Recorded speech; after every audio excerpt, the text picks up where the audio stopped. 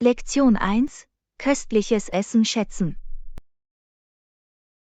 Das klingt köstlich. Genieß dein Essen. Danke, John. Ich kann es kaum erwarten, mich damit zu beschäftigen. Das Aroma ist köstlich. Es sieht toll aus. Hast du irgendwelche neuen Rezepte oder Gerichte probiert? Ja, ich habe mit einem neuen Nudelrezept experimentiert. Ich habe frische Kräuter und eine cremige Sauce hinzugefügt. Das klingt entzückend. Ich liebe es, neue Geschmacksrichtungen auszuprobieren und verschiedene kulinarische Kreationen zu entdecken.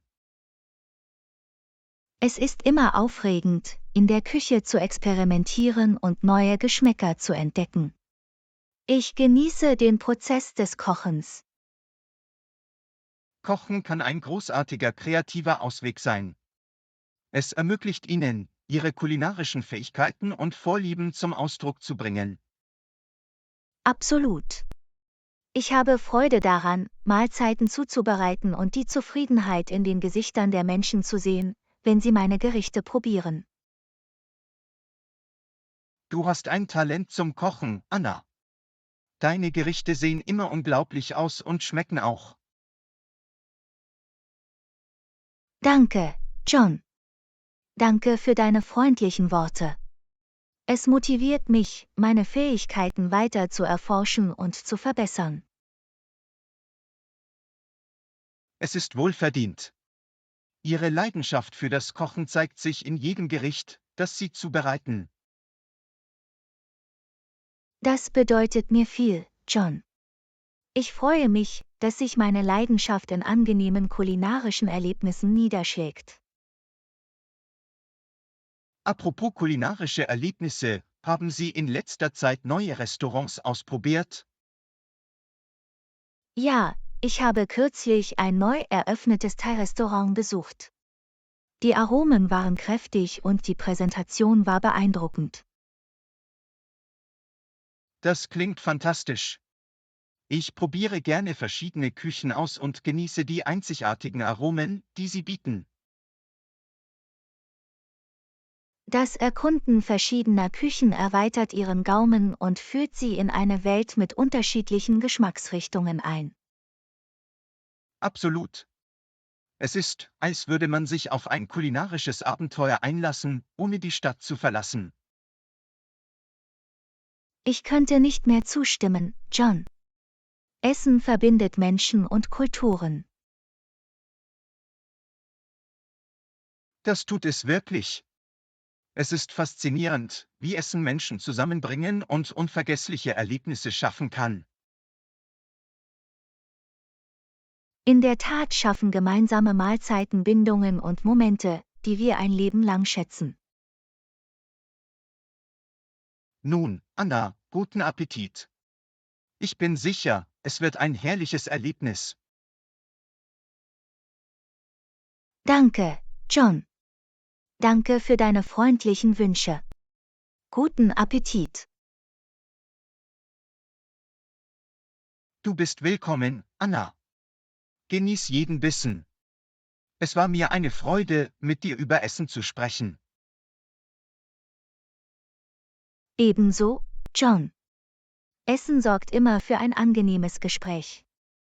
Hab einen wundervollen Tag. Danke, Anna. Du auch? Passen Sie auf sich auf und genießen Sie jeden kulinarischen Genuss, der Ihnen in den Weg kommt. Lektion 2: Empfehlungen für Wochenendausflüge. Großartig! Ich kann das Parkview Hotel vorschlagen. Es erfüllt alle Ihre Kriterien und hat hervorragende Bewertungen. Das klingt vielversprechend.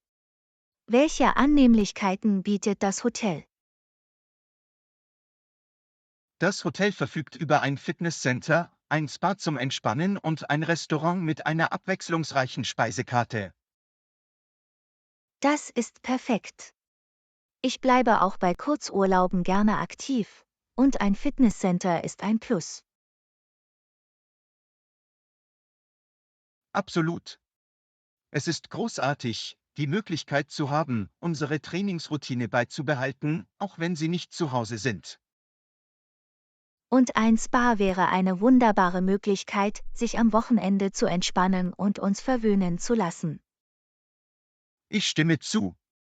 Ein bisschen Selbstpflege trägt wesentlich zur Verjüngung unseres Körpers und Geistes bei. Was ist mit dem Standort? Befindet es sich in der Nähe von Sehenswürdigkeiten oder Naturlandschaften? Ja, das Hotel liegt in der Nähe eines schönen Parks mit Wanderwegen und malerischer Aussicht. Das ist fantastisch. Den Park zu erkunden und die Natur zu genießen, wäre eine großartige Möglichkeit, unsere Zeit zu verbringen. Ich dachte, du würdest das zu schätzen wissen. Ich weiß, wie sehr du es genießt, von Natur umgeben zu sein. Auf jeden Fall. In der Natur zu sein wirkt beruhigend und hilft mir, meine Energie wieder aufzuladen. Darüber hinaus ist das Hotel nur eine kurze Autofahrt von einer bezaubernden Stadt mit Geschäften und Cafés entfernt. Das klingt wunderbar. Es wäre schön, die Stadt zu erkunden und die lokale Küche auszuprobieren. Ich dachte, das könnte dir gefallen. Die Stadt hat eine lebendige Atmosphäre mit vielen Möglichkeiten, die es zu entdecken gilt. Ich schätze deine Empfehlung, John. Es scheint, als hätte das Parkview Hotel alles, was wir suchen. Ich freue mich, dass es dir gefällt. Ich denke, es wäre die perfekte Wahl für unseren Wochenendausflug. Lass uns weitermachen und es dann buchen. Ich freue mich auf unsere bevorstehende Reise. Ich auch, Anna. Ich freue mich darauf, gemeinsam im Parkview Hotel wundervolle Erinnerungen zu schaffen. Danke, dass du eine so tolle Option vorgeschlagen hast, John. Ich schätze deine Nachdenklichkeit. Es ist mir ein Vergnügen, Anna. Ich bemühe mich immer, unsere Erlebnisse angenehm und unvergesslich zu machen. Lektion 3: Arbeit und die Kunst der Bearbeitung. Normalerweise bringt Arbeit, die hilfreich ist, ein Gefühl der Erfüllung. Was ist mit der Bearbeitung? Die Bearbeitung spielt eine entscheidende Rolle bei der Verfeinerung und Perfektionierung verschiedener Inhaltsformen.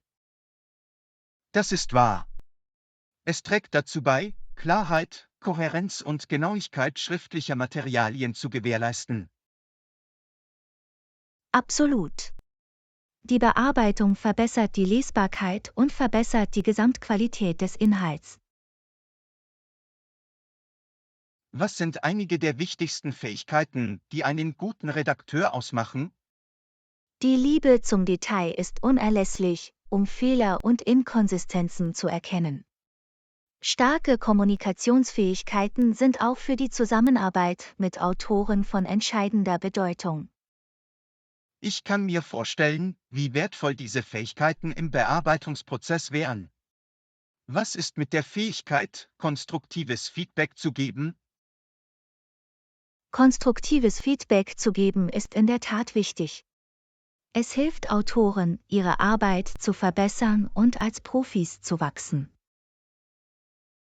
Ich kann mir vorstellen, dass es auch für einen Redakteur von Vorteil ist, aufgeschlossen und anpassungsfähig zu sein. Absolut. Redakteure müssen sich an unterschiedliche Schreibstile und Genres anpassen und gleichzeitig die beabsichtigte Botschaft beibehalten. Wie kann jemand seine Bearbeitungsfähigkeiten verbessern? Ausgiebiges Lesen kann Sprachkenntnisse, Grammatik und Stilbewusstsein verbessern. Es macht die Redakteure auch mit verschiedenen Schreibstilen vertraut. Es kann auch von Vorteil sein, Lektoratsübungen zu üben und Feedback von erfahrenen Redakteuren einzuholen, oder? Ja, die Teilnahme an Bearbeitungsübungen und das Erhalten von Feedback können dazu beitragen, die Bearbeitungsfähigkeiten zu verbessern und wertvolle Erkenntnisse zu gewinnen. Gibt es gemeinsame Herausforderungen, vor denen Redakteure stehen? Ja, Zeitmanagement kann eine Herausforderung sein, wenn es darum geht, Termine einzuhalten. Es kann auch schwierig sein, beim Bearbeiten der eigenen Arbeit die Objektivität aufrechtzuerhalten. Es klingt so, als ob die Bearbeitung eine Kombination aus technischen Fähigkeiten und einem scharfen Auge für Details erfordert. In der Tat muss ein guter Redakteur sowohl über technisches Fachwissen als auch über ein scharfes Auge dafür verfügen, Bereiche zu identifizieren, die verbessert werden müssen. Wie finden Sie das Gleichgewicht zwischen der Erhaltung der Stimme des Autors und den notwendigen Änderungen? Es ist wichtig, die Stimme des Autors zu respektieren und gleichzeitig für Klarheit und Konsistenz zu sorgen. Zusammenarbeit und klare Kommunikation tragen dazu bei, dieses Gleichgewicht herzustellen. Ich kann mir vorstellen, dass Zusammenarbeit im Bearbeitungsprozess von entscheidender Bedeutung ist. Es ist eine Zusammenarbeit zwischen dem Autor und dem Herausgeber. Absolut. Die Zusammenarbeit fördert eine positive Arbeitsbeziehung und führt zu einem ausgefeilten Endprodukt. Vielen Dank, dass du diese Erkenntnisse geteilt hast, Anna. Die Bearbeitung ist eine faszinierende und wertvolle Fähigkeit. Du bist willkommen, John. Ich freue mich, dass Sie die Diskussion aufschlussreich fanden. Die Bearbeitung nimmt in der Tat einen entscheidenden Platz in der Welt der Inhaltserstellung ein. Ich schätze dein Fachwissen, Anna. Es war mir eine Freude, mit Ihnen über die Kunst des Bearbeitens zu sprechen. Ebenso, John. Wenn Sie jemals Hilfe bei der Bearbeitung benötigen oder weitere Fragen haben, können Sie sich gerne an uns wenden. Hab einen produktiven Tag. Danke, Anna. Das behalte ich im Hinterkopf. Ich wünsche Ihnen auch einen produktiven Tag. Passt auf euch auf. Lektion 4: Schutz personenbezogener Daten. Ja, es geht darum, wie unsere persönlichen Daten gefährdet sein können. Absolut, John. Im heutigen digitalen Zeitalter ist der Schutz unserer persönlichen Daten von größter Bedeutung. Was sind einige häufige Risiken für unsere personenbezogenen Daten? Cyberangriffe, Datenschutzverletzungen und Identitätsdiebstahl sind einige der Hauptrisiken, denen wir ausgesetzt sind. Es ist alarmierend, wie leicht unsere Informationen kompromittiert werden können. Welche Maßnahmen können wir ergreifen, um uns zu schützen? Die Verwendung starker, eindeutiger Passwörter und die Aktivierung der Zwei-Faktor-Authentifizierung sind ein guter Anfang.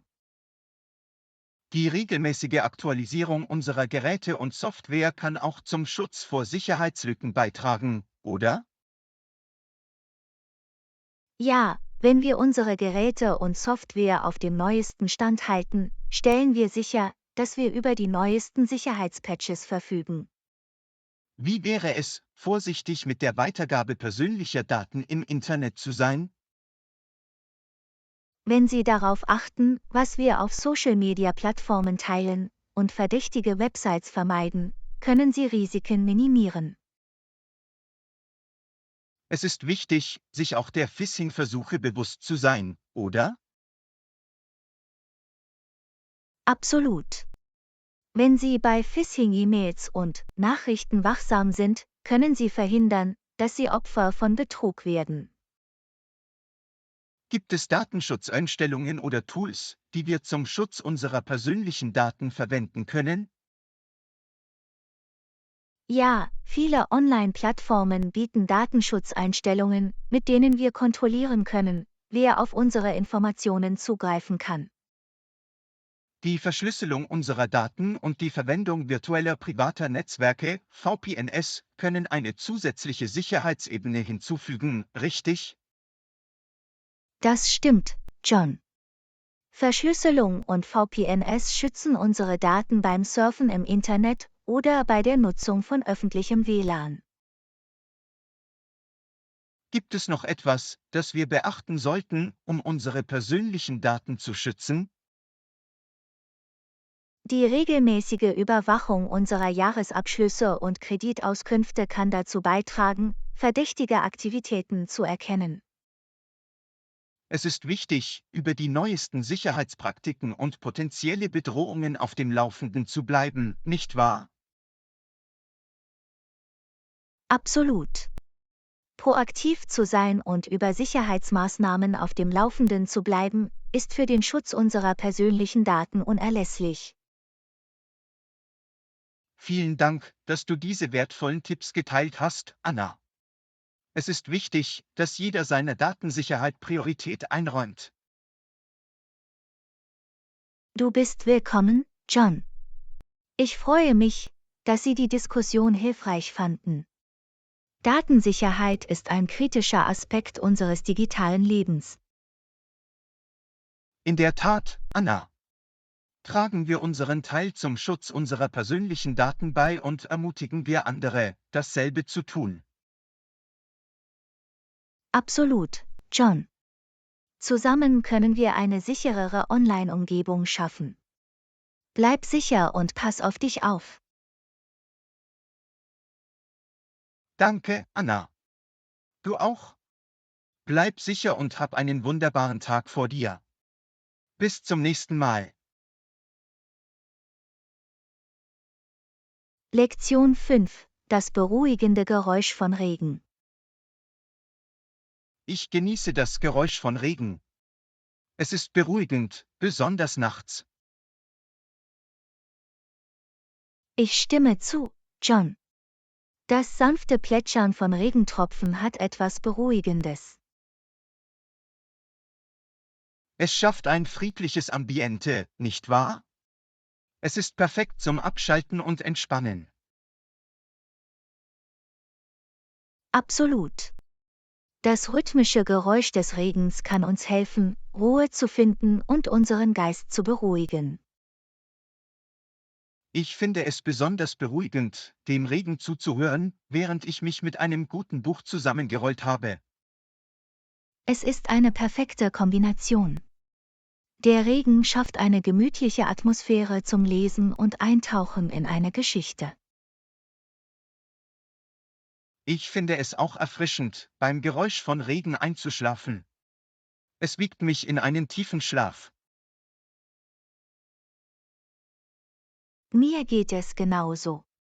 Regen wirkt wie eine natürliche Schlafhilfe und sorgt für beruhigende Hintergrundgeräusche. Haben Sie jemals Regengeräusche gehört oder Apps zum Thema Regen zur Entspannung verwendet? Ja, habe ich. Regengeräusche oder Apps, die Regen simulieren, können eine großartige Möglichkeit sein, sich zu entspannen und eine beruhigende Umgebung zu schaffen. Es ist faszinierend, wie sich das Geräusch von Regen so positiv auf unser Wohlbefinden auswirken kann. Die Natur hat eine Art, uns zu ernähren, und das Geräusch von Regen ist eine ihrer vielen Gaben. Absolut. Es ist ein einfaches Vergnügen, das ein Gefühl von Frieden und Gelassenheit vermittelt. Und das Beste daran ist, dass es für jeden zugänglich ist. Wir können die Symphonie der Natur kostenlos genießen. Regen reinigt auch die Umgebung und erfrischt die Luft. Das ist wahr. Regen reinigt die Natur und verleiht unseren Sinnen wiederum ein Gefühl der Erneuerung. Es ist wunderbar, wie etwas so Natürliches wie Regen unsere Stimmung heben und für Momente der Ruhe sorgen kann. Die Natur erinnert uns immer wieder daran, langsamer zu werden, die Gegenwart zu schätzen und Schönheit in den einfachsten Dingen zu finden. Gut gesagt, Anna. Lasst uns diese regnerischen Momente genießen und zulassen, dass ihre beruhigenden Melodien uns Freude bereiten. Absolut, John. Möge das Geräusch des Regens uns weiterhin Frieden und Gelassenheit bringen. Hab einen wundervollen Tag. Danke, Anna. Du auch? Genieße das beruhigende Geräusch des Regens, wann immer du kannst. Bis zum nächsten Mal. Lektion 6. Entschuldigen Sie sich für Unannehmlichkeiten.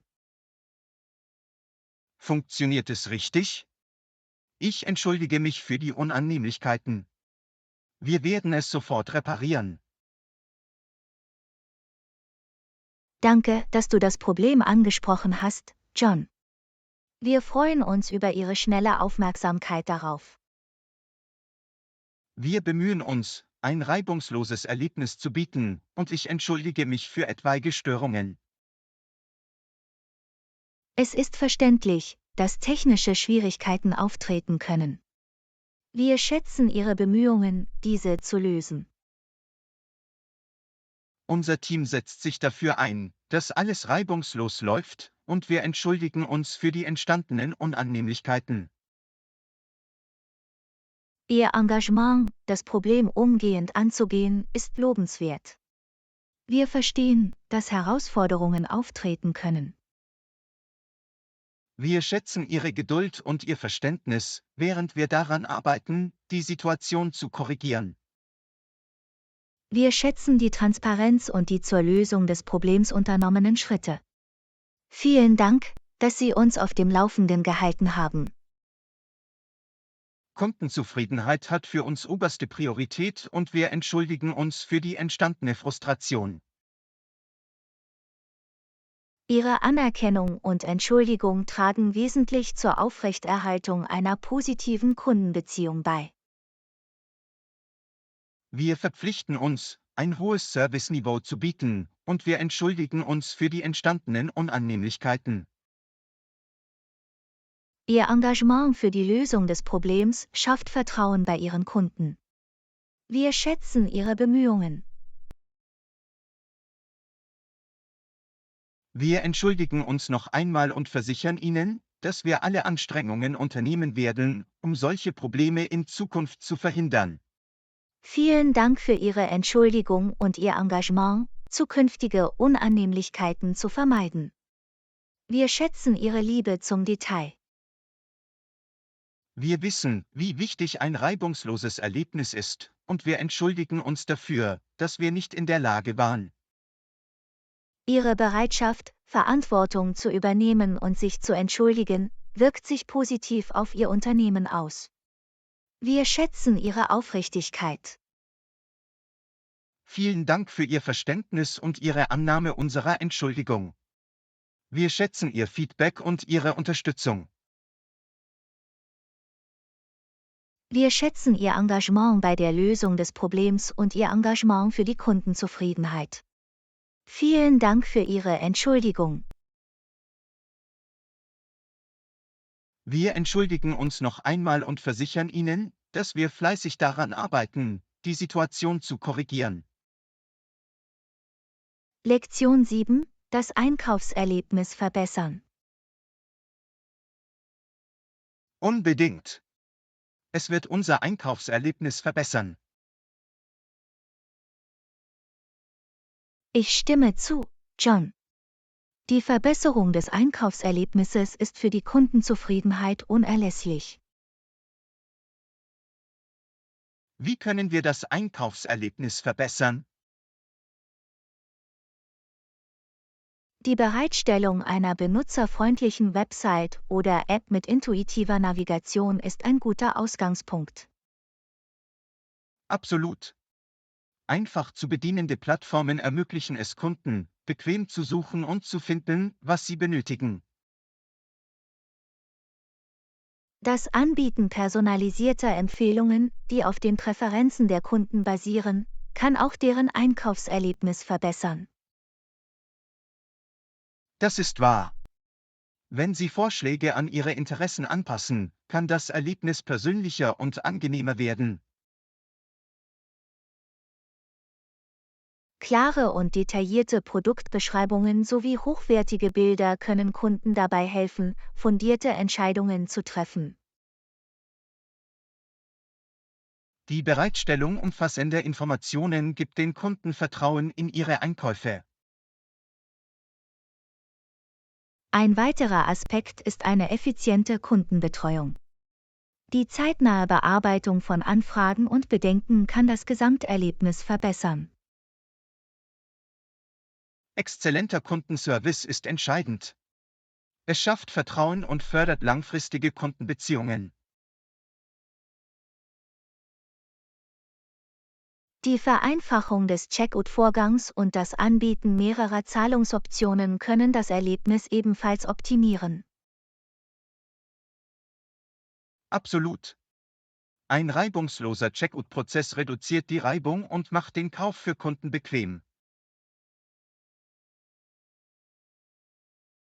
Darüber hinaus kann ein schneller und zuverlässiger Versand die Kundenzufriedenheit weiter steigern. Eine schnelle und zuverlässige Lieferung ist ein Schlüsselfaktor, der zu einem positiven Einkaufserlebnis beiträgt. Die Implementierung einer problemlosen Rückgabepolitik kann den Kunden auch Sicherheit beim Kauf geben. Das ist wichtig. Ein flexibles Rückgaberecht zeigt, dass das Unternehmen Wert auf Kundenzufriedenheit legt. Wenn Sie Feedback sammeln und aktiv auf die Vorschläge der Kunden hören, können Sie Bereiche identifizieren, in denen Verbesserungen möglich sind. Kundenfeedback ist von unschätzbarem Wert, um die notwendigen Anpassungen vorzunehmen, um das Einkaufserlebnis zu verbessern. Schließlich kann das Einkaufserlebnis frisch und innovativ bleiben, wenn Sie über die neuesten Trends und Technologien im E-Commerce auf dem Laufenden bleiben. Die Anpassung an die sich verändernde Landschaft stellt sicher, dass Kunden Zugang zu modernen und bequemen Einkaufsmöglichkeiten haben. Durch die Umsetzung dieser Strategien können wir ein angenehmeres und befriedigenderes Einkaufserlebnis schaffen. Absolut, Anna. Lassen Sie uns die Kundenbedürfnisse priorisieren und uns kontinuierlich bemühen, Ihr Einkaufserlebnis zu verbessern. Einverstanden, John. Je besser das Erlebnis, desto glücklicher werden unsere Kunden sein. Auf ein erfolgreiches Einkaufserlebnis. Prost darauf, Anna. Lassen Sie uns zusammenarbeiten, um ein außergewöhnliches Einkaufserlebnis zu schaffen. Bis zum nächsten Mal. Lektion 8: Marktwertanalyse. Anna, ich habe einige Nachforschungen angestellt und ich glaube, der Marktwert liegt bei etwa $X. Was denkst du? Das ist interessant, John. Es ist wichtig, den Marktwert zu analysieren, bevor finanzielle Entscheidungen getroffen werden. Welche Faktoren haben Sie berücksichtigt? Ich habe mir aktuelle Verkaufsdaten, historische Trends und das aktuelle Wirtschaftsklima angesehen, Anna. Diese Faktoren haben mir geholfen, den Marktwert abzuschätzen. Das klingt nach einem umfassenden Ansatz, John. Haben Sie auch bestimmte Faktoren berücksichtigt, die den Wert beeinflussen könnten? Ja, Anna. Ich habe Faktoren wie Standort, Nachfrage, Konkurrenz und den Zustand des Gegenstands oder der Immobilie berücksichtigt. Diese Faktoren können in der Tat erhebliche Auswirkungen auf den Marktwert haben, John. Es ist wichtig, sie gründlich zu bewerten. Absolut, Anna. Durch die Analyse dieser Faktoren habe ich den potenziellen Marktwert besser verstanden. Haben Sie Experten oder Fachleute auf diesem Gebiet konsultiert, um Ihre Forschung zu validieren, John? Ja, Anna. Ich habe mich von Immobilienmaklern und Finanzanalysten beraten lassen, die sich auf Marktbewertung spezialisiert haben. Ihre Erkenntnisse waren wertvoll. Es ist toll, dass Sie sich an Experten gewandt haben, John. Ihr Fachwissen kann Ihrer Analyse zusätzliche Glaubwürdigkeit verleihen. Ich stimme zu, Anna. Es ist wichtig, verschiedene Perspektiven und Fachkenntnisse zu sammeln, um fundierte Urteile fällen zu können. Nun, da Sie einen geschätzten Marktwert haben, was sind Ihre nächsten Schritte, John? Mein nächster Schritt wäre, den geschätzten Wert mit ähnlichen Angeboten oder aktuellen Verkäufen zu vergleichen, um meine Recherche zu bestätigen, Anna. Das ist ein kluger Ansatz, John. Ein Vergleich mit ähnlichen Angeboten oder Verkäufen kann Ihnen ein klareres Bild des Marktes vermitteln. Sobald ich den Wert validiert habe, kann ich fundierte Entscheidungen über Kauf, Verkauf oder Investition treffen, Anna.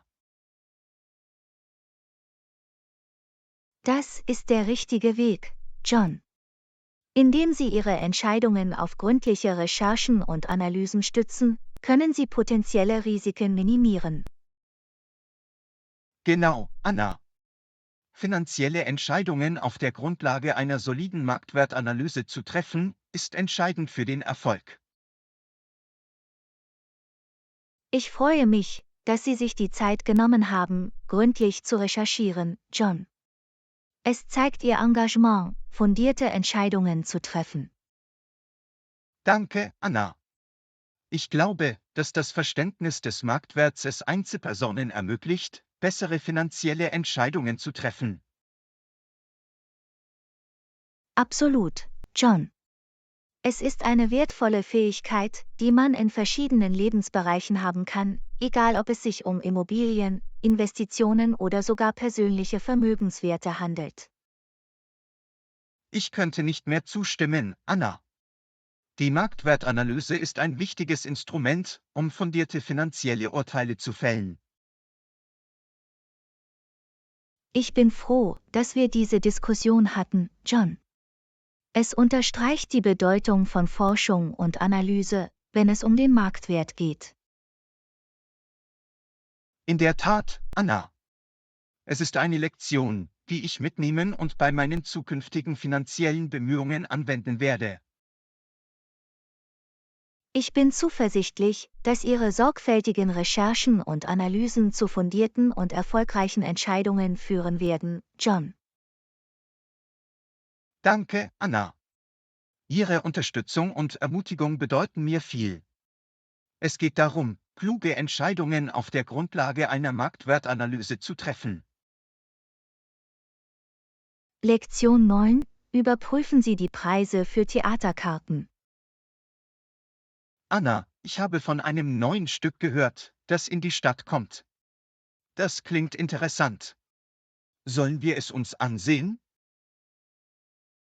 Das klingt nach einer guten Idee, John. Ein Theaterstück zu sehen kann eine tolle Art sein, einen Abend zu genießen. Schauen wir auf der Website des Theaters nach den Ticketpreisen. Das mache ich, Anna. Es ist wichtig, die Preise im Voraus zu kennen, damit wir unser Budget entsprechend planen können. Absolut, John. Indem wir die Ticketpreise im Voraus überprüfen, können wir sicherstellen, dass sie in unser Budget passen. Ich bin jetzt auf der Website des Theaters, Anna. Lass mich sehen, ob Sie die Ticketpreise aufgeführt haben. Nimm dir Zeit, John. Lass uns herausfinden, wie viel die Karten für das Stück kosten. Ich habe den Ticketbereich auf Ihrer Website gefunden, Anna.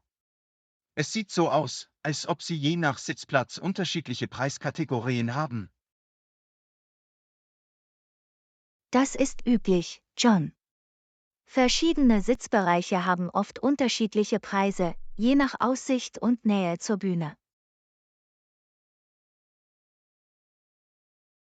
Es scheint, als ob die Preise zwischen $X für die Balkonsitze und $Y für die Premium-Orchesterplätze liegen, Anna. Das ist gut zu wissen, John.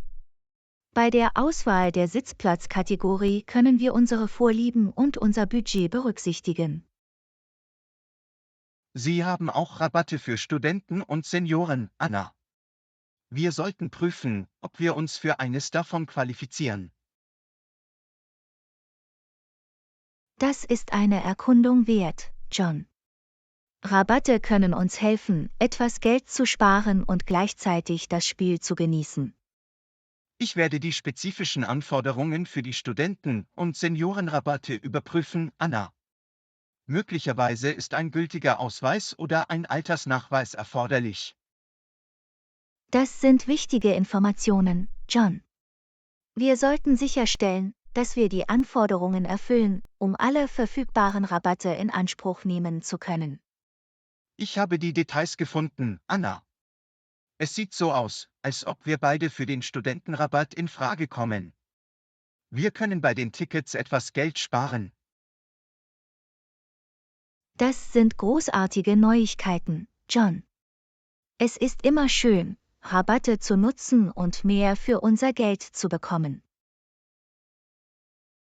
Jetzt, da wir die Ticketpreise und die verfügbaren Rabatte kennen, können wir uns für die Sitzplatzkategorie entscheiden und den Kauf tätigen. In der Tat, John.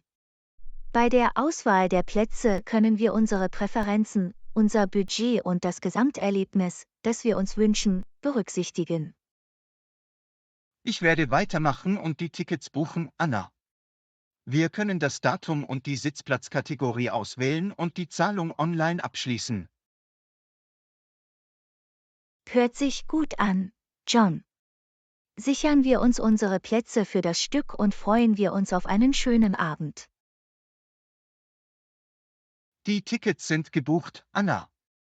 Wir sind bereit für das Stück. Ich freue mich. Wunderbar, John. Ich kann es kaum erwarten, das Stück mit dir zu sehen. Es wird ein fantastisches Erlebnis. Danke, dass du das vorgeschlagen hast, Anna. Das wird ein unvergesslicher Abend und ich freue mich, dass wir zusammen hingehen. Du bist willkommen, John.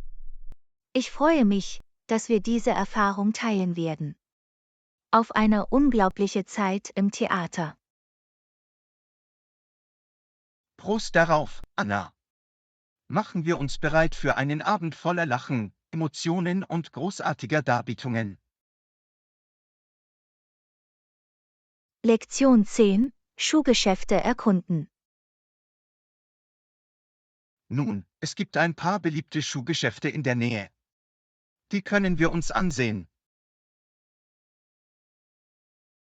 Das klingt nach einem guten Plan, John. Wenn wir verschiedene Geschäfte besuchen, haben wir mehr Optionen zur Auswahl. Genau, Anna. Wir können Preise und Stile vergleichen und das perfekte Paar Schuhe finden, das unseren Bedürfnissen entspricht. Welche Geschäfte hast du im Sinn, John? Gibt es bestimmte, von denen du gute Dinge gehört hast? Ich habe tolle Kritiken über Footsteps und Solemates gehört, Anna. Sie scheinen eine große Auswahl an Schuhen zu haben. Diese Geschäfte klingen vielversprechend, John. Fangen wir mit Footsteps an und gehen wir dann zu Solemates über. Klingt nach einem Plan, Anna. Wir können auch die Filialmitarbeiter nach ihren Empfehlungen und laufenden Verkäufen fragen. Das ist eine gute Idee, John. Die Filialmitarbeiter können wertvolle Einblicke geben und uns helfen, fundierte Entscheidungen zu treffen. Ich stimme zu, Anna. Lassen Sie uns Komfort und Qualität priorisieren und dabei unseren bevorzugten Stil berücksichtigen. Absolut, John. Komfort und Qualität sind wichtige Faktoren, die beim Kauf von Schuhen berücksichtigt werden müssen. Wir sollten auch verschiedene Größen anprobieren, um sicherzustellen, dass die Schuhe gut passen, Anna. Bequeme Schuhe sind ein Muss. Definitiv, John. Das Anprobieren verschiedener Größen hilft uns, die perfekte Passform zu finden und spätere Beschwerden zu vermeiden.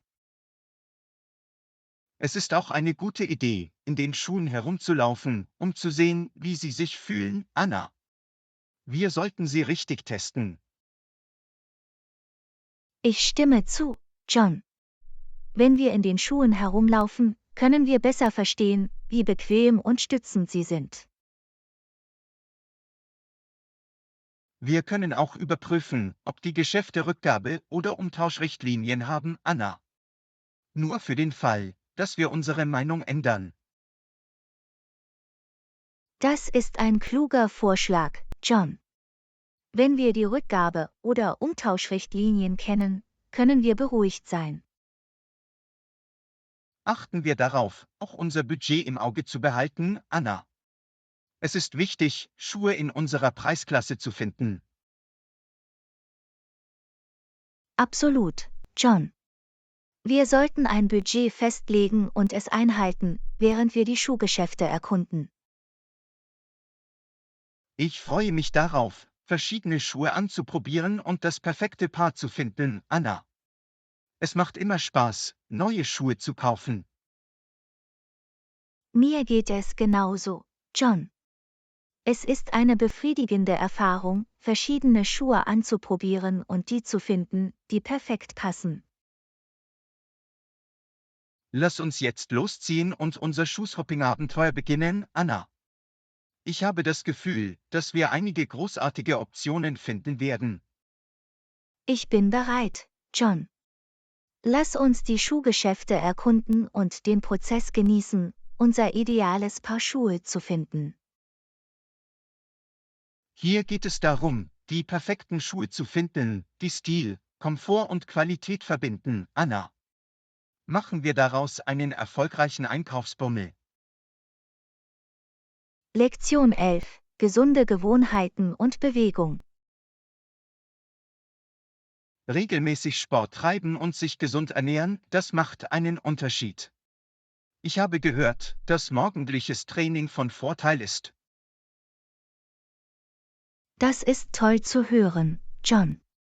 Das Training am Morgen kann Ihren Tag ankurbeln und Ihr Energieniveau steigern. Genau, Anna. Es gibt einen positiven Ton für den Rest des Tages an und hilft mir, konzentriert zu bleiben. Ich freue mich, dass du eine Routine gefunden hast, die für dich funktioniert, John.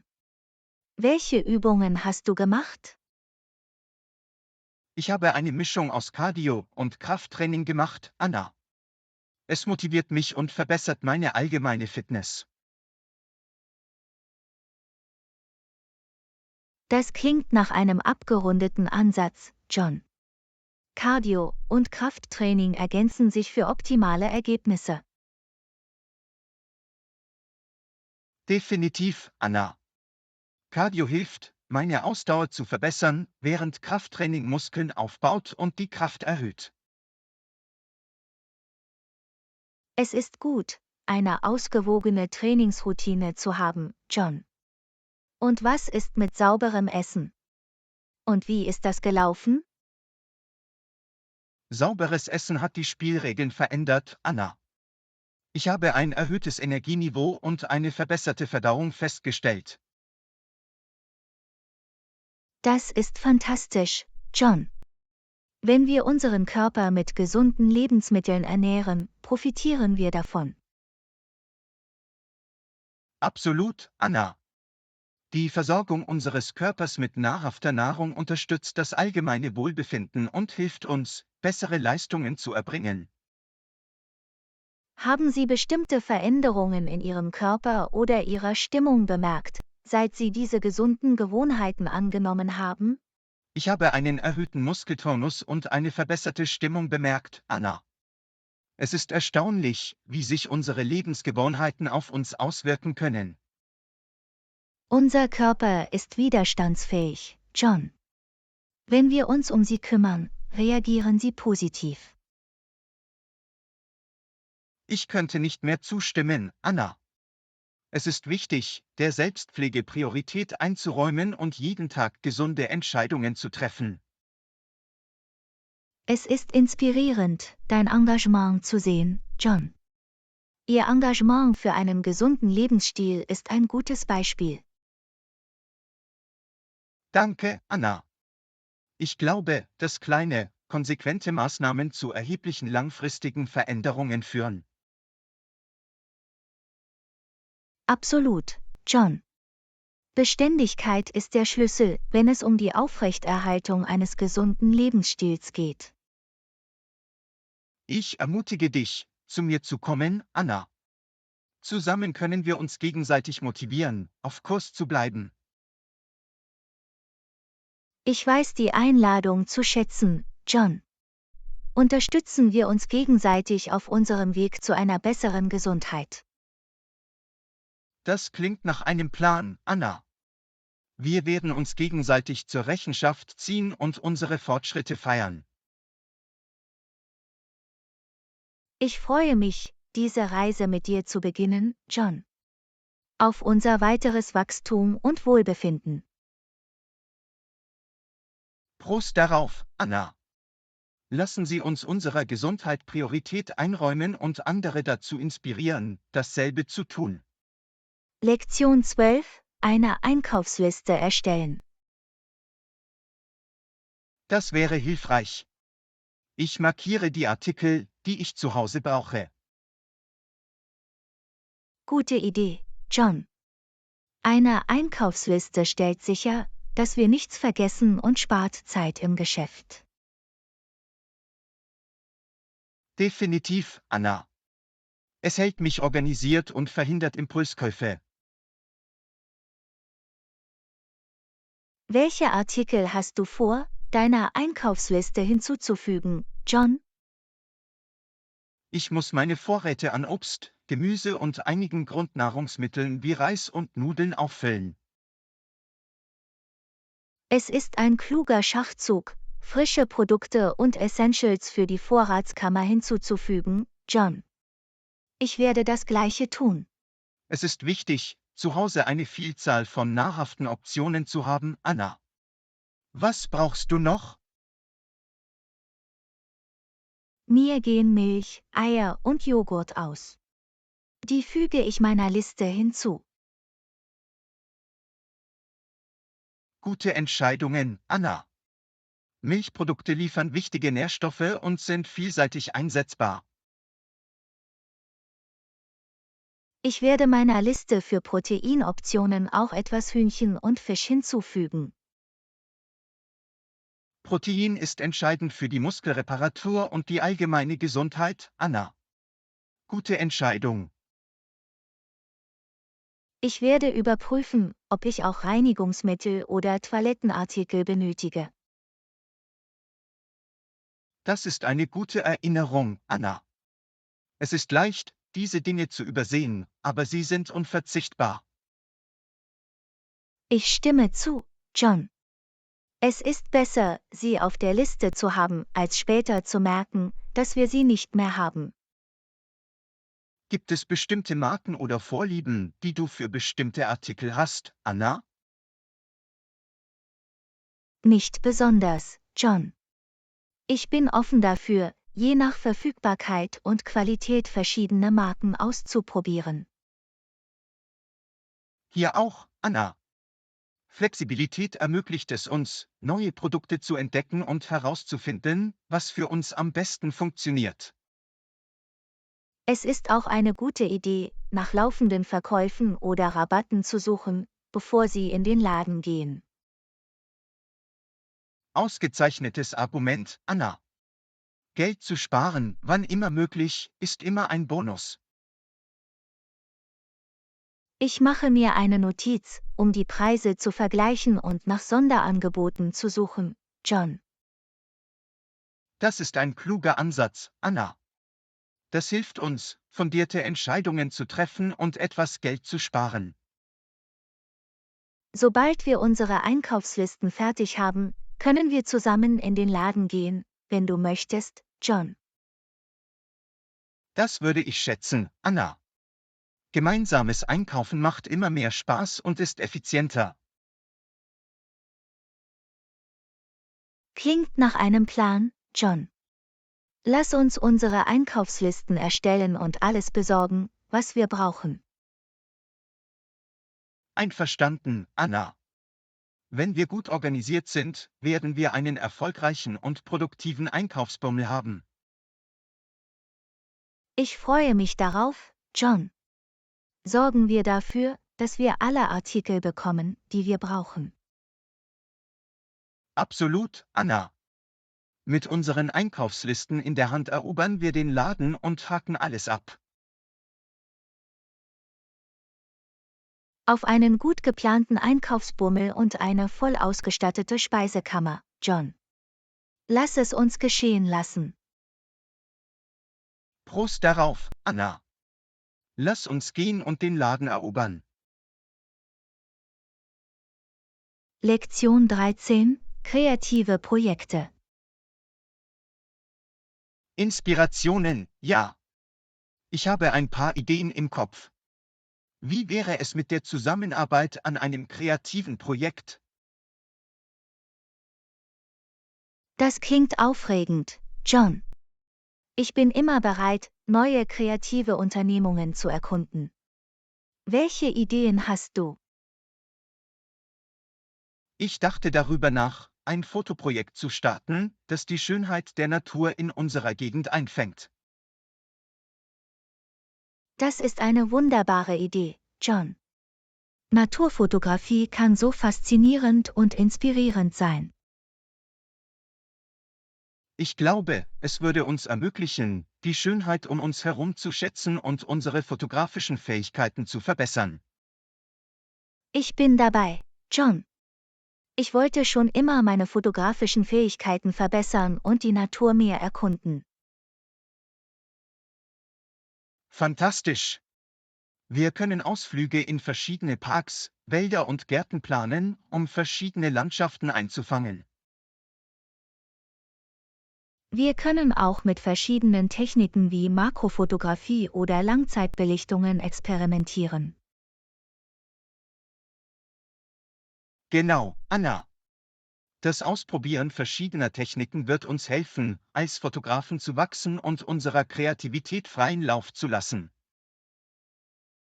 Darüber hinaus können wir eine gemeinsame Online-Galerie erstellen, um unsere besten Aufnahmen zu präsentieren und sie mit anderen zu teilen.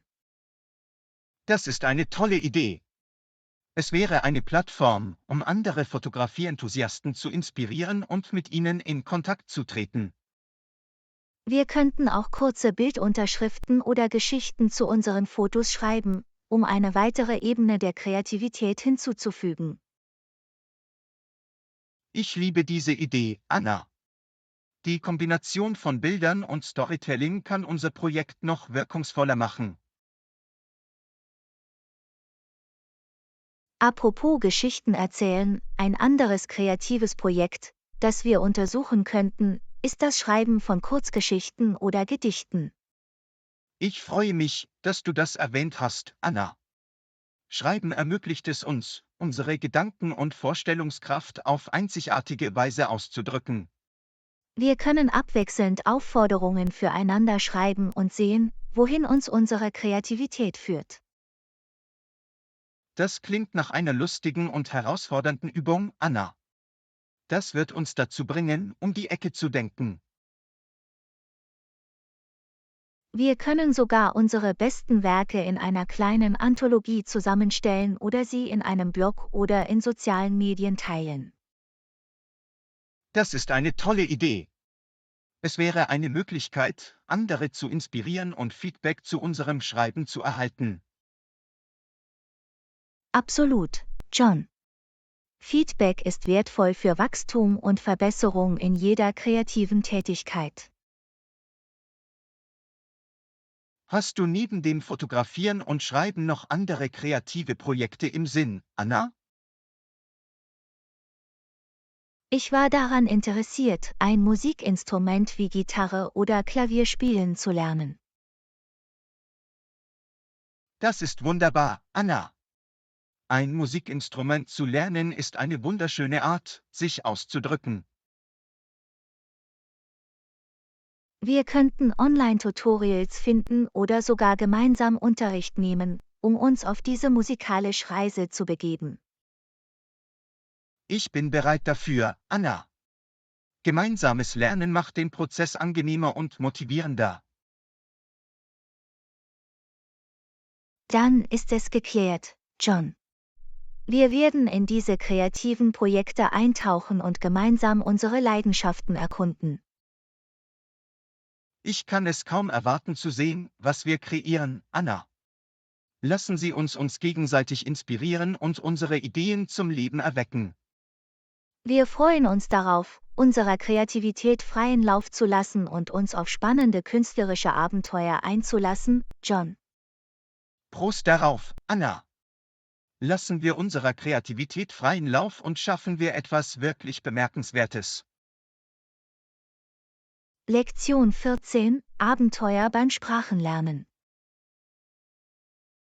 Schau, ich habe ein spanisches Lehrbuch gefunden. Was ist mit dir, Anna? Hast du irgendwelche neuen Sprachen erforscht? Das ist großartig, John. Sprachenlernen ist immer ein aufregendes Abenteuer. In letzter Zeit war ich neugierig auf Französisch. Französisch ist eine wunderschöne Sprache, Anna. Es ist bekannt für seine Eleganz und sein reiches kulturelles Erbe. Ich habe gehört, dass das Erlernen einer neuen Sprache Türen zu neuen Möglichkeiten öffnen und unseren Horizont erweitern kann. Absolut, Anna.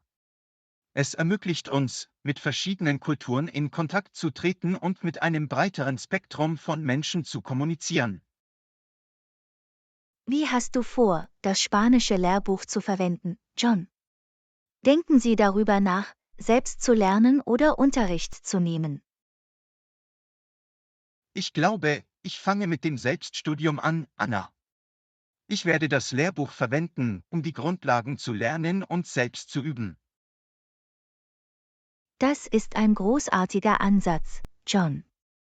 Das Selbststudium gibt Ihnen die Flexibilität, in Ihrem eigenen Tempo zu lernen. Hast du darüber nachgedacht, wie du deine französische Sprachreise beginnen wirst, Anna? Haben Sie irgendwelche spezifischen Ressourcen im Sinn? Ich plane, mit Online-Ressourcen und Sprachlern-Apps zu beginnen, John. Es stehen viele interaktive Tools zur Verfügung. Das ist eine kluge Wahl, Anna. Online-Ressourcen bieten eine bequeme und zugängliche Möglichkeit, eine Sprache zu lernen. Wir können auch Sprachaustauschpartner finden oder Sprachlerngemeinschaften beitreten, um das Sprechen zu üben. Das ist eine fantastische Idee, Anna. Das Üben mit Muttersprachlern oder anderen Lernenden ist für die Verbesserung der Sprachkompetenz von unschätzbarem Wert. Es ist interessant, wie das Erlernen einer neuen Sprache auch unsere kognitiven Fähigkeiten und unser Gedächtnis verbessern kann, John. Absolut, Anna. Studien haben gezeigt, dass Sprachenlernen die Fähigkeiten zur Problemlösung und die allgemeine Gehirnfunktion verbessern kann. Gibt es neben Spanisch und Französisch noch andere Sprachen, die du erkunden möchtest, John? Mandarin-Chinesisch hat mich schon immer fasziniert, Anna. Sein klanglicher Charakter und seine reiche Geschichte faszinieren mich. Mandarin-Chinesisch ist eine herausfordernde und doch lohnende Sprache zum Erlernen, John. Es eröffnet Möglichkeiten für den geschäftlichen und kulturellen Austausch. Ich stimme zu, Anna. Das Erlernen einer Sprache wie Mandarin kann Verbindungen herstellen und kulturelle Unterschiede überbrücken. Es ist erstaunlich, wie das Erlernen verschiedener Sprachen eine ganz neue Welt von Möglichkeiten eröffnen kann, nicht wahr, John? Das ist es wirklich, Anna. Sprachenlernen ist eine Reise, die es uns ermöglicht, in neue Kulturen und Perspektiven einzutauchen. Und das Beste daran ist, dass wir uns gegenseitig beim Sprachenlernen unterstützen und motivieren können. Absolut, Anna. Einen Kumpel zum Sprachenlernen zu haben, macht die Reise angenehmer und macht uns zur Rechenschaft. Lass uns einen Pakt schließen, John. Wir werden unsere Abenteuer beim Sprachenlernen fortsetzen und uns dabei gegenseitig ermutigen. Ich bin voll dabei, Anna. Lassen Sie uns gemeinsam auf diese sprachliche Reise gehen und die Schönheit verschiedener Sprachen genießen. Auf die Erweiterung unseres Sprachrepertoires und die Aufnahme in die Welt der Sprachen, John. Prost darauf, Anna. Lassen Sie uns in unsere Abenteuer beim Sprachenlernen eintauchen und neue Möglichkeiten erschließen. Lektion 15: Verwaltung digitaler Kommunikation. Ich fühle mich von den ständigen Benachrichtigungen überwältigt. Ich denke, es ist an der Zeit, bestimmte Zeiten für das Abrufen von E-Mails oder Nachrichten festzulegen. Was denkst du, Anna? Ich verstehe das vollkommen, John. Es kann schwierig sein, bei ständiger Ablenkung konzentriert zu bleiben. Es klingt nach einer großartigen Idee, bestimmte Zeiten festzulegen. Ich dachte darüber nach, 2 oder 3 bestimmte Zeitfenster am Tag festzulegen, um E-Mails und Nachrichten zu überprüfen und zu beantworten. Auf diese Weise kann ich andere Aufgaben ohne Unterbrechungen priorisieren. Das ist ein kluger Ansatz, John. Indem Sie bestimmte Zeitfenster zuweisen, können Sie Ihre Produktivität steigern und Ihre ungeteilte Aufmerksamkeit wichtigen Aufgaben widmen. Genau, Anna. Es ist wichtig, Grenzen zu setzen und die Kontrolle über unsere digitale Kommunikation zu übernehmen, anstatt uns von ihr kontrollieren zu lassen. Ich stimme zu, John. Das ständige Abrufen von E-Mails und Nachrichten kann zu verminderter Produktivität und erhöhtem Stress führen.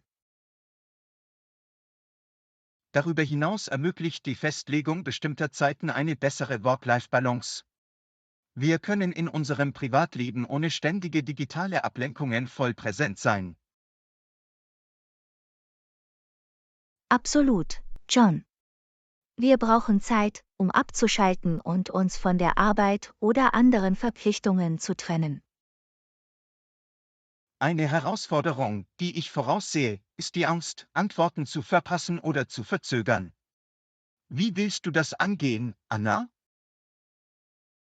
Ich denke, es ist wichtig, Kollegen, Kunden und Freunden unsere Verfügbarkeit und Reaktionszeiten mitzuteilen. Indem wir klare Erwartungen setzen, können wir ihre Erwartungen berücksichtigen und Missverständnisse minimieren.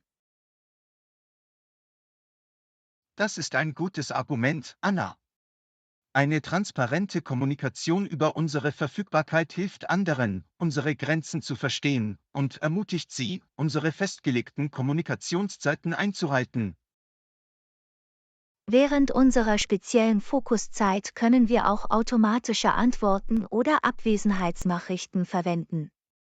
Es informiert die Leute darüber, wann sie mit einer Antwort rechnen können, und versichert ihnen, dass ihre Nachricht für uns wichtig ist. Das ist eine praktische Lösung, Anna.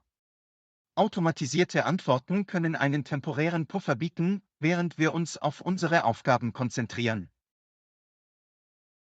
Eine weitere Strategie besteht darin, dringenden und wichtigen Nachrichten während unserer speziellen Kommunikationszeiten Priorität einzuräumen. Indem wir unsere digitale Kommunikation kategorisieren und filtern, können wir sicherstellen, dass wir kritische Angelegenheiten umgehend Absolut, behandeln. Anna. Durch die Priorisierung können wir wichtige Aufgaben effizient erledigen und gleichzeitig Ablenkungen minimieren. Es ist wichtig, diszipliniert zu sein und unsere festgelegten Kommunikationszeiten einzuhalten, auch wenn die Versuchung besteht, Nachrichten außerhalb dieser Zeiten zu überprüfen. Ich stimme vollkommen zu, Anna. Es erfordert Selbstdisziplin, um dem Drang zu widerstehen, ständig Benachrichtigungen zu überprüfen, aber die Vorteile sind es wert. Indem wir bestimmte Zeiten für das Abrufen von E-Mails oder Nachrichten festlegen, gewinnen wir die Kontrolle über unsere Zeit und Aufmerksamkeit zurück, was zu einer erhöhten Produktivität und weniger Stress führt. Das ist das Ziel, Anna. Wir wollen Technologie als Werkzeug nutzen, um unser Leben zu verbessern, anstatt uns von ihr verzehren zu lassen. Absolut, John. Setzen wir uns dafür ein, diese Praxis umzusetzen und unseren Fokus und unsere Produktivität zurückzugewinnen. Ich bin an Bord, Anna. Lassen Sie uns gesunde digitale Kommunikationsgewohnheiten etablieren und eine bessere Work-Life-Balance schaffen. Es geht darum, die Kontrolle über unsere digitale Welt zu übernehmen und die Harmonie zwischen Arbeit und Privatleben zu finden, John. Prost darauf, Anna. Legen wir bestimmte Zeiten für das Abrufen von E-Mails oder Nachrichten fest und gehen wir achtsamer mit der digitalen Kommunikation um. Lektion 16: Wäscherei und Gebühren. Mir ist aufgefallen, dass die Gebühren für die Nutzung der Wäscherei $5 pro Ladung betragen. Was denkst du, Anna? Ist das vernünftig? $5 pro Ladung scheinen ein bisschen hoch zu sein, John. Ich habe andere Orte gesehen, an denen die Gebühren niedriger sind. Ich stimme zu, Anna. Es wäre bequemer, wenn die Gebühren günstiger wären, insbesondere für Studierende oder Personen mit einem knappen Budget. Haben Sie darüber nachgedacht, dies mit der Verwaltung oder dem Vermieter zu besprechen? Sie sind möglicherweise bereit, die Gebühren anzupassen, wenn genügend Einwohner ihre Bedenken äußern. Das ist eine gute Idee, Anna. Es lohnt sich, ein Gespräch zu beginnen, um zu sehen, ob Sie bereit sind, die Preisgestaltung zu überdenken. Eine andere Möglichkeit könnte darin bestehen, nahegelegene Waschsalons oder alternative Wäschereien zu erkunden. Sie könnten wettbewerbsfähigere Tarife haben. Das stimmt, Anna. Es lohnt sich, nach anderen Optionen zu suchen, um eine kostengünstigere Lösung für das Wäschewaschen zu finden. Darüber hinaus können wir auch die Möglichkeit prüfen, die Kosten mit Nachbarn oder Mitbewohnern zu teilen. Durch die Aufteilung der Kosten wird es für alle erschwinglicher. Das ist ein praktischer Vorschlag, Anna. Eine Aufteilung der Kosten kann die Kosten überschaubarer machen und die Belastung der einzelnen Personen verringern. Eine weitere Möglichkeit, Geld für die Wäsche zu sparen, besteht darin, die Nutzung der Maschinen zu optimieren. Wir können warten, bis wir eine volle Ladung haben, bevor wir die Einrichtungen nutzen. Das ist ein kluger Ansatz, Anna. Die Maximierung der Ladungsgröße stellt sicher, dass wir das Beste aus jedem Waschgang herausholen. Wir können auch erwägen, wann immer möglich kaltes Wasser zum Waschen von Kleidung zu verwenden. Das spart Energie und reduziert die Gesamtkosten. Das ist ein toller Tipp, Anna. Kaltwasserwäsche ist nicht nur kostengünstig, sondern auch umweltfreundlich. In einigen Fällen kann es sich lohnen, in eine tragbare Waschmaschine zu investieren oder eine Unterkunft mit einer eigenen Wäscherei zu finden. Es könnte uns auf lange Sicht Geld sparen. Das ist ein berechtigtes Argument, Anna. Unsere eigene Waschmaschine oder der Zugang zu den hauseigenen Einrichtungen bieten Komfort und machen einen externen Wäschereiservice überflüssig. Letztlich ist es wichtig, die Kosten- und Komfortfaktoren abzuwägen, um den besten Ansatz für das Waschen zu wählen. Du hast recht, Anna. Es geht darum, das Gleichgewicht zu finden, das zu unserem Budget und Lebensstil passt, und gleichzeitig für saubere Kleidung zu sorgen. Und denken Sie daran, dass richtige Waschpraktiken, wie zum Beispiel die Verwendung der richtigen Waschmittelmenge und die Einhaltung der Pflegehinweise, auch dazu beitragen können, die Lebensdauer unserer Kleidung zu verlängern und die Notwendigkeit häufiger Waschvorgänge zu reduzieren. Absolut, Anna. Die richtige Pflege unserer Kleidung spart nicht nur Geld, sondern trägt auch zur Erhaltung ihrer Qualität bei. Lassen Sie uns die verfügbaren Optionen erkunden und die kostengünstigste und bequemste Lösung für unseren Wäschebedarf finden, John. Damit bin ich einverstanden, Anna. Lassen Sie uns proaktiv Maßnahmen ergreifen, um unsere Wäschereikosten zu verwalten und fundierte Entscheidungen zu treffen. Es geht darum, erschwingliche und effiziente Wege zu finden, um unsere Kleidung sauber und frisch zu halten, John. Prost darauf, Anna. Lassen Sie uns die Wäscherei-Herausforderung mit intelligenten Strategien angehen und dabei ein paar Dollar sparen. Lektion 17: Multitasking in der Küche. Ich werde sicherstellen, dass der Reis gekocht wird, während du am Curry arbeitest. Wir können Multitasking betreiben und das Abendessen schneller fertig machen. Was denkst du, Anna? Das klingt nach einem effizienten Plan, John. Das ist eine großartige Möglichkeit, die Aufgaben aufzuteilen und Zeit in der Küche zu sparen. Genau, Anna. Indem wir gleichzeitig arbeiten, können wir das Beste aus unserer Zeit machen und früher eine köstliche Mahlzeit auf dem Tisch haben. Ich fange an, die Zutaten für das Curry zuzubereiten, während du den Reis anfasst. Wir können unseren Kochvorgang koordinieren und synchronisieren. Das ist eine gute Idee, Anna.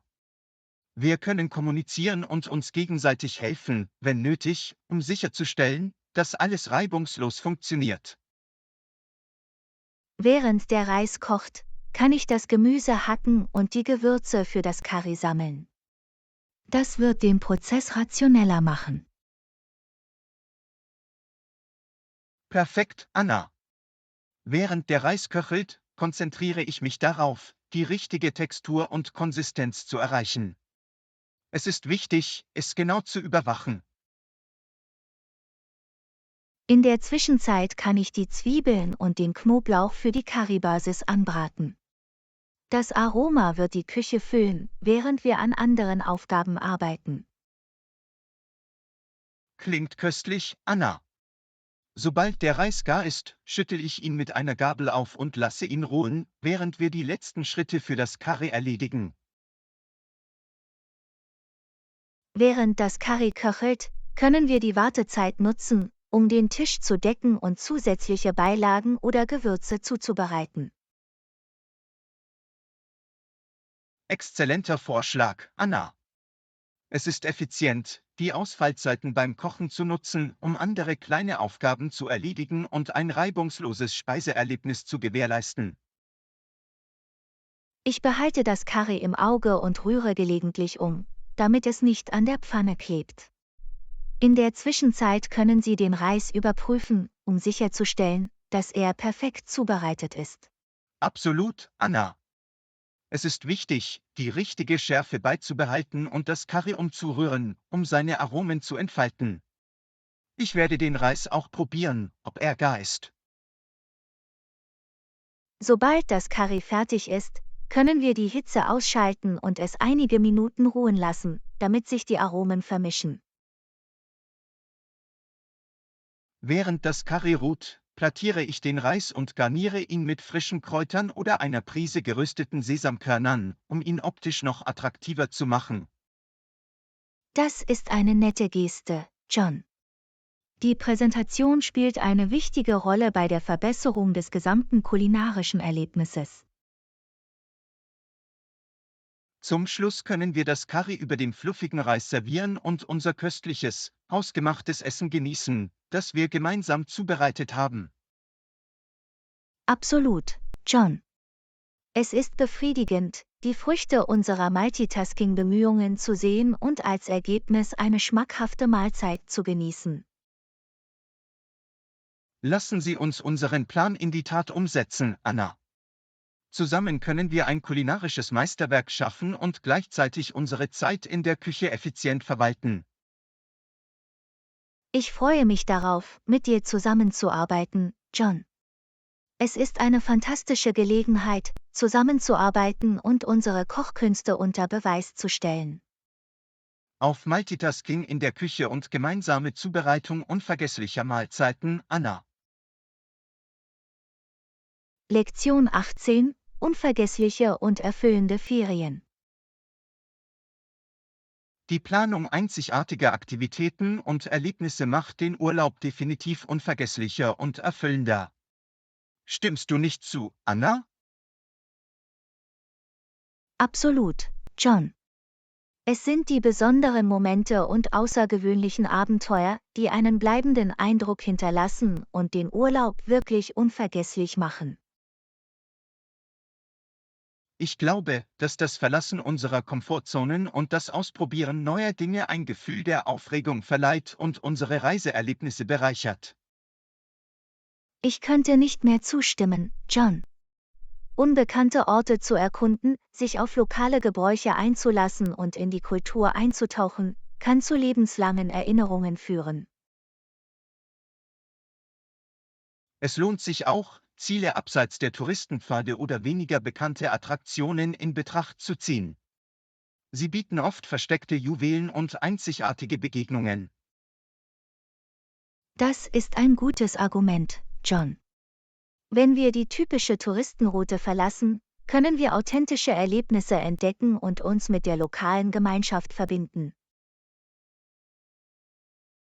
Eine Möglichkeit, unseren Urlaub erfüllender zu gestalten, besteht darin, sich an sinnvollen Aktivitäten zu beteiligen, zum Beispiel Freiwilligenarbeit zu leisten oder lokale Initiativen zu unterstützen. Absolut, John. Einen Beitrag zu der Gemeinschaft zu leisten, die wir besuchen, gibt uns nicht nur ein Gefühl der Erfüllung, sondern wirkt sich auch positiv auf das Reiseziel aus. Ein weiterer Aspekt, den Sie berücksichtigen sollten, ist das Probieren der lokalen Küche und das Essen in traditionellen Restaurants. Essen spielt eine wichtige Rolle beim Verständnis einer Kultur. Ich könnte nicht mehr zustimmen, John. Wenn wir regionale Gerichte probieren und die lokale Gastronomieszene erkunden, lernen wir neue Geschmacksrichtungen und kulinarische Traditionen kennen. Darüber hinaus können Outdoor-Aktivitäten wie Wandern, Schnorcheln oder Erkunden von Naturschutzgebieten ein Gefühl von Abenteuer und Verbundenheit mit der Umwelt vermitteln. Das stimmt, John. Umgeben von Natur und Aktivitäten im Freien kann verjüngend sein und zu unvergesslichen Erlebnissen führen. Ich finde auch, dass es das Urlaubserlebnis verbessert, wenn man sich die Zeit nimmt, um mit Einheimischen zu interagieren, sei es durch Gespräche oder die Teilnahme an kulturellen Veranstaltungen. Absolut, John. Die Zusammenarbeit mit Einheimischen ermöglicht es uns, Einblicke zu gewinnen, mehr über ihre Lebensweise zu erfahren und sinnvolle Verbindungen aufzubauen. Es ist wichtig, aufgeschlossen zu bleiben und das Unerwartete anzunehmen. Manchmal entstehen die unvergesslichsten Momente aus Spontanität und ungeplanten Abenteuern.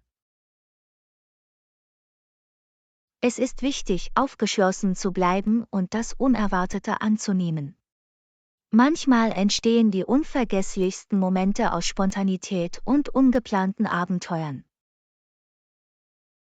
Schließlich kann das Dokumentieren unserer Erlebnisse durch Fotos oder Tagebücher dazu beitragen, die Erinnerungen zu bewahren und den Urlaub noch erfüllender zu gestalten.